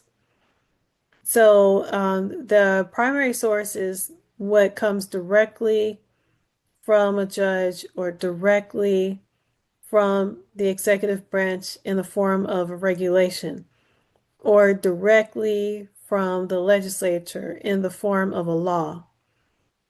Those are all primary sources. So, um, when you're citing a source in order to back up your legal argument, you want to cite the primary sources.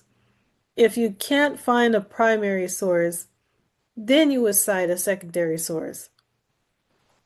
So, uh, let's say you're working on a case and the issue has to do with a new technology, and there aren't a whole lot of cases about that issue out there yet because this technology is so new. And so you're researching and you can't find a law that has to do with the particular AI or robot, whatever um, issue that you're dealing with, and it has to do with some type of uh, a misuse, or somebody's trying to claim credit for something, and there's just not a lot of case law on that issue. Then you can turn to a secondary source. So secondary sources are not as important to judges. Judges also care more about cases and statutes from their jurisdiction than other jurisdictions outside of their state, for example. And so, let's say you are writing and you're writing a memo, and it's about a legal issue, and you can't find any cases from your state that have to do with your issue. You can then cite a case from another state. Maybe the state of New York dealt with a similar issue, and there's a, a court's opinion from New York that explains how this coding was plagiarized, or it was this coding invention was ripped off by someone else who's trying to use it to drum up business, and therefore it interfered with the contracts of these competing AI companies. So you find that there's a New York case that has to do with interference of contract, um, and the legal basis is how one company stole another company's coding or algorithm and used that to poach its potential clients. So then you could bring that case, you could cite that New York case, and that New York case is not a it's not a authoritative source for the California court, but the California court can consider it, and it probably will because there's no equivalent cases in California. You can also cite a secondary source. So maybe you found a law review article written by some talented students at a law school that analyzed this issue and they said what they think about it. And so there's no other cases that you can cite, but there's an article that talks about these issues. You could cite that law review article, and a judge might read the article and be informed by it and learn about the issues, and they might agree with the conclusion drawn by the students in the law review article. Or maybe you use a treatise written on the subject of AI, and it goes into hypotheticals, and you present that as your citation, and you're trying to use that to sway a judge. So that's how you can use secondary sources if a primary source doesn't exist.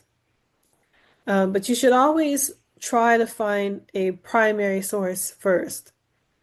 And you might find primary sources, but they are against your legal argument. So maybe you found some case opinions out there, and the judge disagreed with your client, well, with the contention your client is going to make. So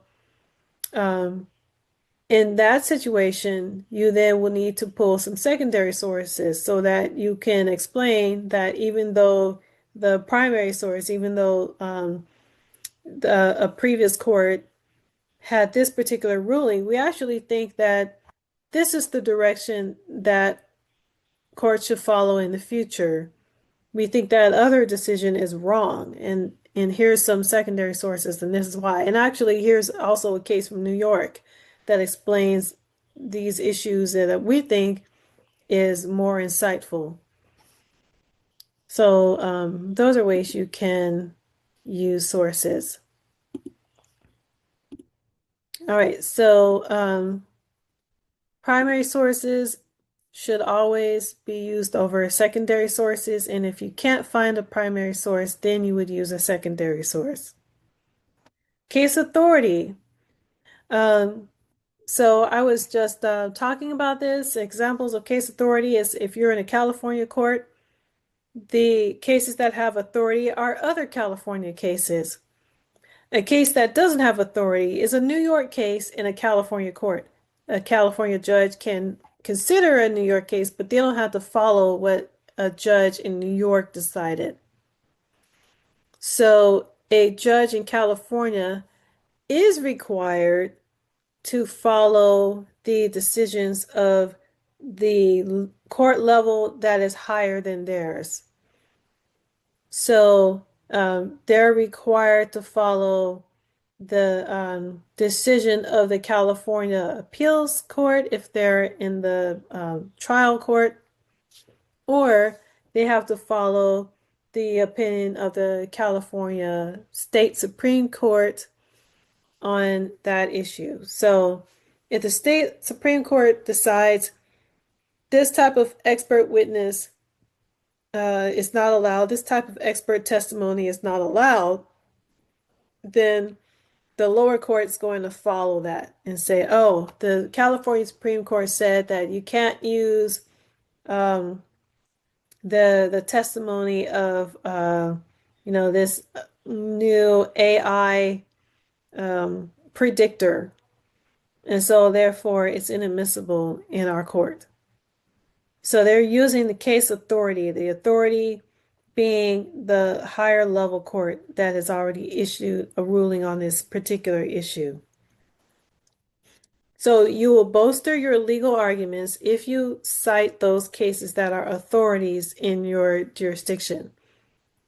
The United States Supreme Court is always the highest authority.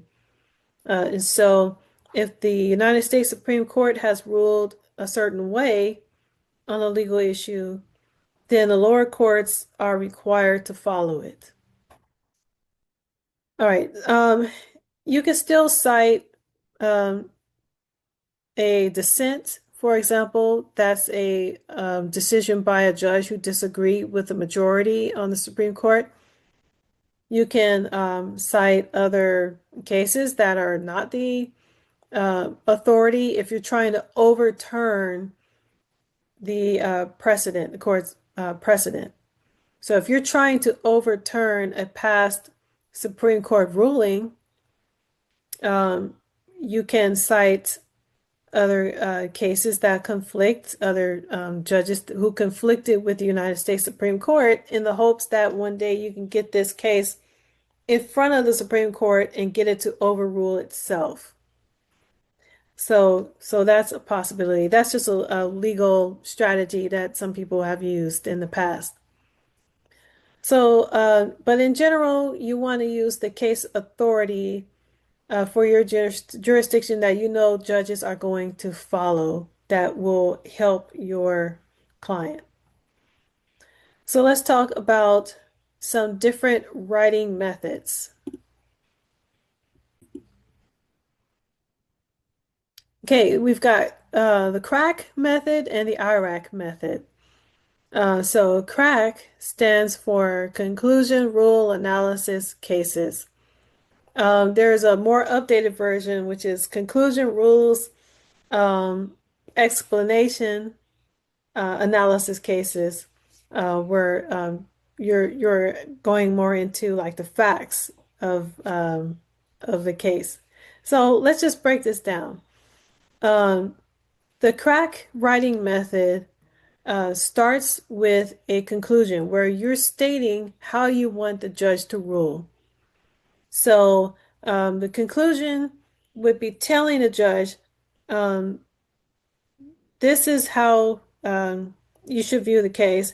Uh, the An example would be you should rule that this evidence is admissible because it qualifies as admissible expert testimony. So that's a conclusion. That's a clear conclusion at the very start of your writing. And then next, you would have the rules. And the rules would be like the statutes that talk about what qualifies as expert witness testimony. So then you would say, based on this law, you cite the law.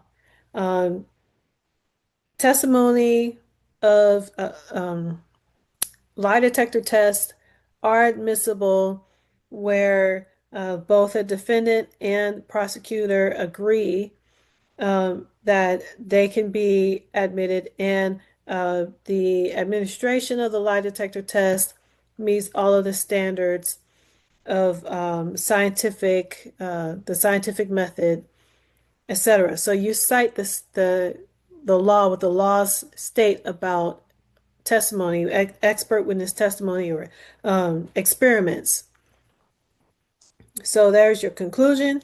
You should rule that this particular testimony is admissible. You have the rules. These are the laws that apply in this situation, and this is what they say about this type of testimony, and it says they're admissible. And then the next part of your persuasive memo would be the analysis, and that's where you apply the rules to your fact situation. So this is where you would say, the rule says that, it has to be done in a scientific manner. My client uh, sat down, was strapped in, followed all the procedures. There was a qualified person. These were her credentials. Um, and they follow the law, and all the facts show that the administration of the lie detector test was proper. Um, and then, so that's your analysis. And you can also cite the different cases. In the past, there was this case where the court issued an opinion saying that lie detector tests were admissible, and here's another defendant, and they had theirs admitted. So then you have your conclusion, your rules, your analysis, your cases, and then you restate the conclusion. Therefore, you should admit the lie detector result of my client in this case. So you would use the crack method of writing if you're trying to persuade a judge to do something. So you'd use this for a motion, or you would use this in an appeals brief. In a motion where you're trying to get the judge to do something like admit this evidence, or in an appellate brief where you are arguing the judge should have admitted this lie detector test and this is why.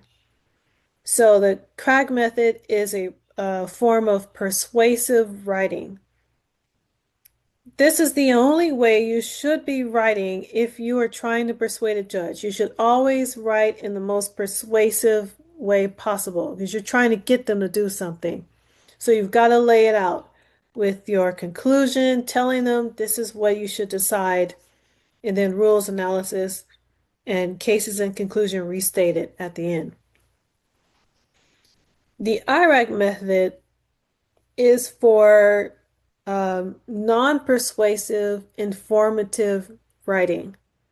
You'll use the IRAC method when you're writing a memo to another legal colleague that you're working with, and uh, they ask you to research the issues in the case and get back to them and explain it. So they don't want you to be persuasive with them. They want you to tell them whether this is a case that the firm should be working on. Is this a winnable case? Um, is this a case that we need to try to get a settlement for? Is this a criminal case where we should be trying to get a plea deal? Uh, you know, that's what the IRAC method is for. IRAC stands for Issue, Rule, Analysis, Conclusion, and it's in that order. So when you write an IRAC memo, you're writing an informative memo to another legal professional, and you're gonna start with the issue. So the issue could be something like, um, is this a case of negligent driving? So maybe maybe your uh, the lead attorney at your firm, maybe they want to know, can they win this car accident case? Maybe they represent the defendant in the case, and the defendant's being sued for causing a car accident. And so the firm wants to know, should we try to proceed to trial or should we make some type of offer? And so, um, and they're also representing the insurance company. And so they want to know, should we just, save everybody the time and expense of going through finding an expert witness to testify and going through depositions and things, so just go ahead and cut them a check. And so they come to you and they say, hey, could you research this? We're trying to figure out if this is a good example of if this is a negligence action that the plaintiff might win. So can you analyze whether the defendant is possibly negligent in this car accident? So you're going to start with the issue. The issue is and is specific to the facts in the case and how the law would apply. So the issue is the defendant liable for negligent driving, where the defendant uh, failed to yield at a yield sign, and you know, um, and it was at a like a T-bone intersection type of thing. So, um, is a defendant liable for negligence for failure to yield at the intersection? And then you'll look at the rules. So, what are the ordinances in that city about that type of intersection? What does the state law say about yielding? Uh, and then um, and then you're going to analyze it. So what are the facts? Who got to the intersection first? And in your facts, you might find that your defendant got to the intersection first before the plaintiff, and then your defendant proceeded to pull forward when the plaintiff shot out in front of them. So you would apply the law and say, well, the defendant was under no obligation to yield once they had already entered the intersection before the plaintiff reached the intersection. And then you have your conclusion. So uh, based on the law and based on the facts, the defendant is not likely to be found liable um, if this case proceeds to trial. And so you're being impartial because you're trying to figure out the best course of action to take in this legal representation. So that's what our act is for. You might come to another conclusion. You might come, if you analyze that maybe the facts are a little different, you might analyze it and say, well, it turns out that the defendant got to this intersection after the plaintiff, and the plaintiff had already started out into the roadway before the defendant started driving. Or maybe the yield sign is on the side of the defendant, and the plaintiff's side didn't have a yield, so the plaintiff was allowed to keep driving straight. And the law states that they can do that. And so the defendant had the obligation to yield, and they failed their obligation. Therefore, they're likely going to be found liable at trial. And so now you have this memo that can save your firm a lot of time with not unnecessarily going to trial with a case that they're probably going to lose. So that's how the IRAC writing method is used. Okay, number 6 on our agenda, which argument or conclusion should you focus first in your legal writing? And I know I'm hitting it with a lot of issues, um, but this is just it's an introduction, so we're going to dig deeper into a lot of these concepts. So I don't want anyone to panic or get worried because we are covering a lot of issues in this first lecture. But all of these things like how to cite sources, primary versus secondary sources, all of those types of issues we're going to dig into more. And there's also materials on Canvas for each week where you can dig into it more. Um, and so not to worry. So which argument or conclusion should you focus on first in your legal writing? So for your legal writing, you should always focus on the clearest legal argument first. You're going to start, especially in a persuasive memo, you're going to start with your strongest legal argument. Uh, and just think of it like a first impression. The first impression should be your best foot forward, right? You want to do your very best for your first impression. So you don't want to put your weakest legal argument first because that's what a judge is going to think about, your weakest argument. So always start with the clearest legal argument. Next, uh, focus on the available evidence.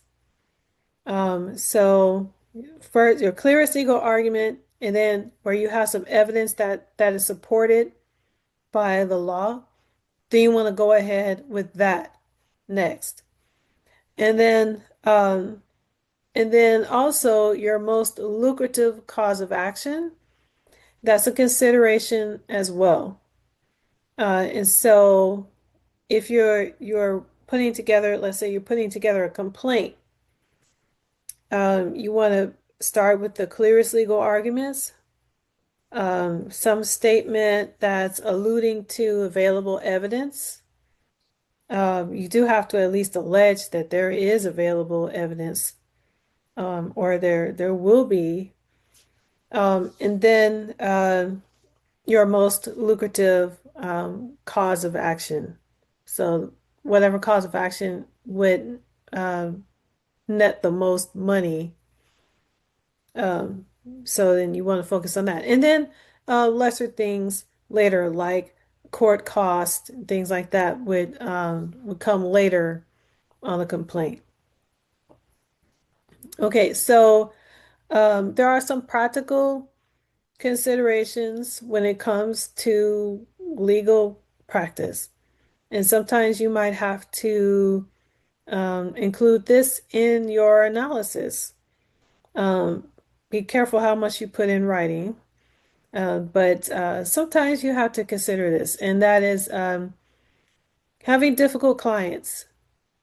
So, an example of a difficult client is someone who never follows instructions, or you can't get a hold of them.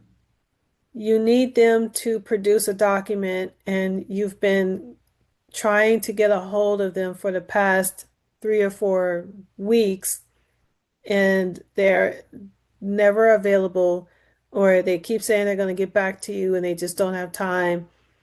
And so it's hard to track them down. It's hard to get info from them. That's a difficult client. Another example of a difficult client is someone who is disrespectful, hard to deal with. Uh, they don't want to listen to you and take the firm's advice on anything. They think they know everything. You can't really tell them anything. That's a difficult client.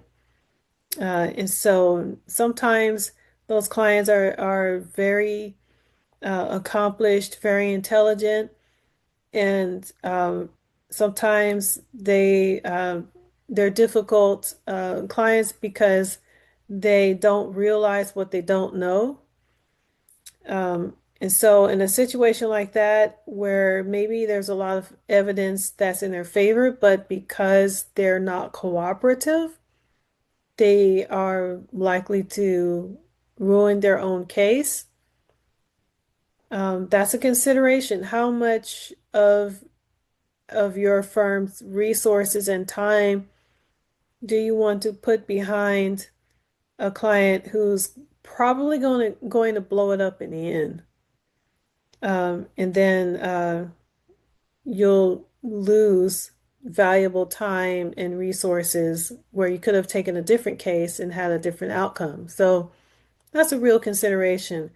Um, and if you're analyzing whether to take a case, you might have to mention, in this particular situation, there's a lack of evidence available because of difficulty obtaining evidence.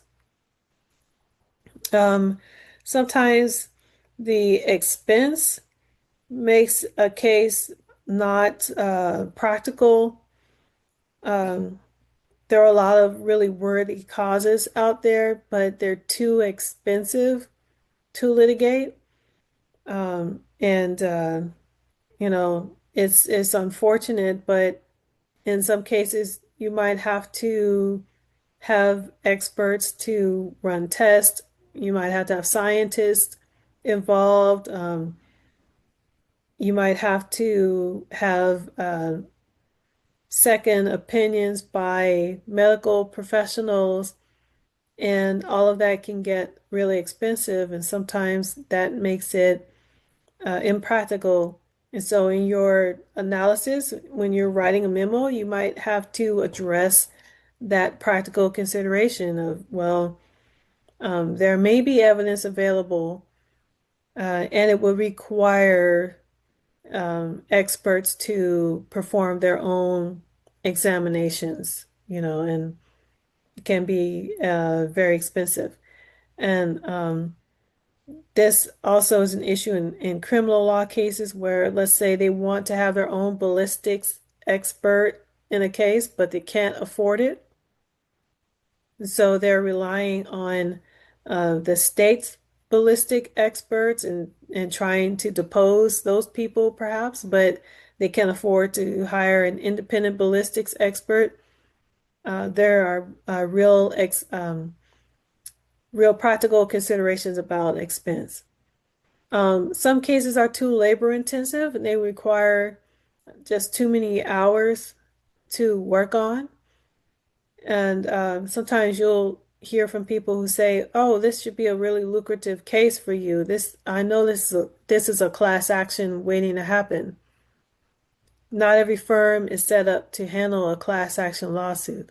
A lot of firms will look at a case and say, this is a great case, but because it's probably a class action lawsuit, you're talking about a class action lawsuit. We're not set up for that because that's a lot more hours of labor. So we have to pass on it. And some people would say, I can't believe they're passing on a class action lawsuit. This is where the big money is. But it's not guaranteed money and it's very labor intensive. So that's another consideration. And you might need to analyze that in your IRAC memo of, the fact that there are, you know, hundreds of parties in this case. Um, Future conflicts of interest is another practical consideration. And so in your IRAC memo, you need to address that as well. If you're writing a memo on on whether to take this case, the issues in the case, and it might impact whether your firm decides to take this issue up and take this case. You have to consider future conflicts of interest. An example would be if your firm is going to sue a major employer in the city where the firm is located. There's a good chance that your firm will end up at some point representing that employer. And so, do you want to sue this employer where you probably will um, you might end up defending this employer on the same issue?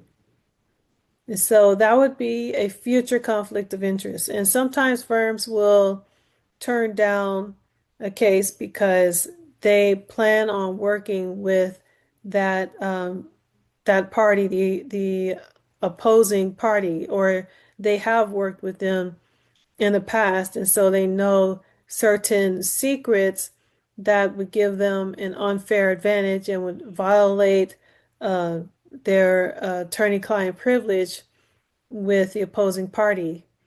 And so they end up having to turn it down. So, you might go to a firm and try to get them to represent your case, and then they say no because they've actually worked with them before. And they don't want to necessarily tell you, they can't tell you that they worked with that firm before because that's private. Maybe they've done settlements with that firm on the same issue, but they're not going to say that. They're just going to say, we're sorry, we can't handle your case. So sometimes you have to make that determination as well. So that's another practical consideration, and it's analysis to do in your writing, where you say, well, uh, a review of our clients shows that we previously represented this party uh, and on this same issue, and therefore it would likely violate our confidentiality and conflict could be a conflict of interest if we take this new case. Um, so, those are some practical considerations. So we've covered quite a bit in this first lecture, but I just want to turn our attention to some housekeeping, and that is how to use this Canvas course.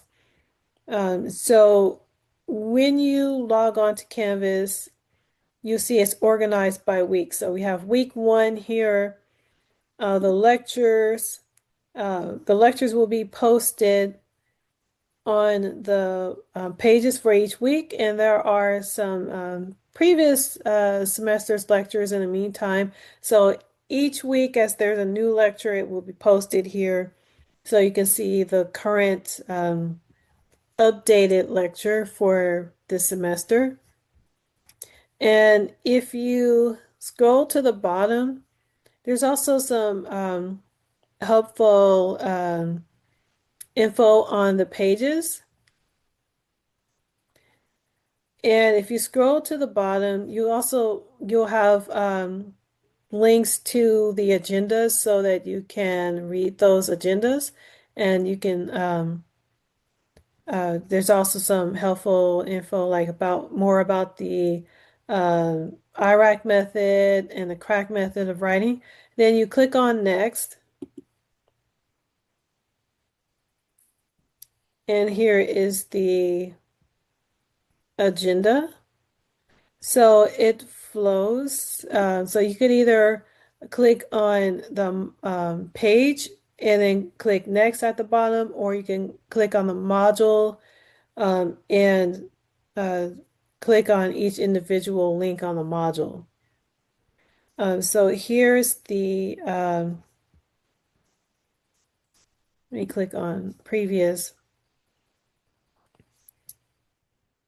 So we have the PDF, and then we have um,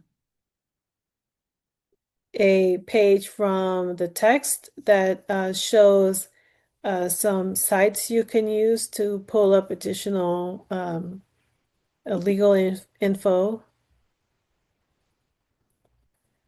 And then I have a page here for finding the law that shows how you can find statutes.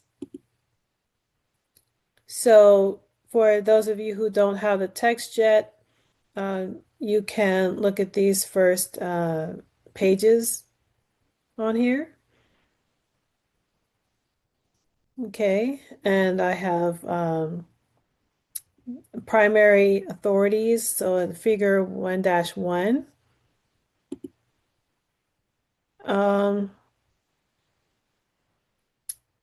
Oh, okay, I will check to make sure that the syllabus is giving you the accurate dates for when the quizzes are due.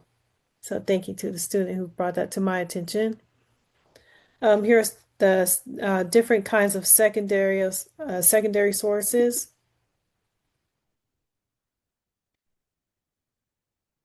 All right, so I'm going to go back out to the module. If you keep clicking next, it will take you all the way through all of the things that are due for week 1. And so it has the assignment page.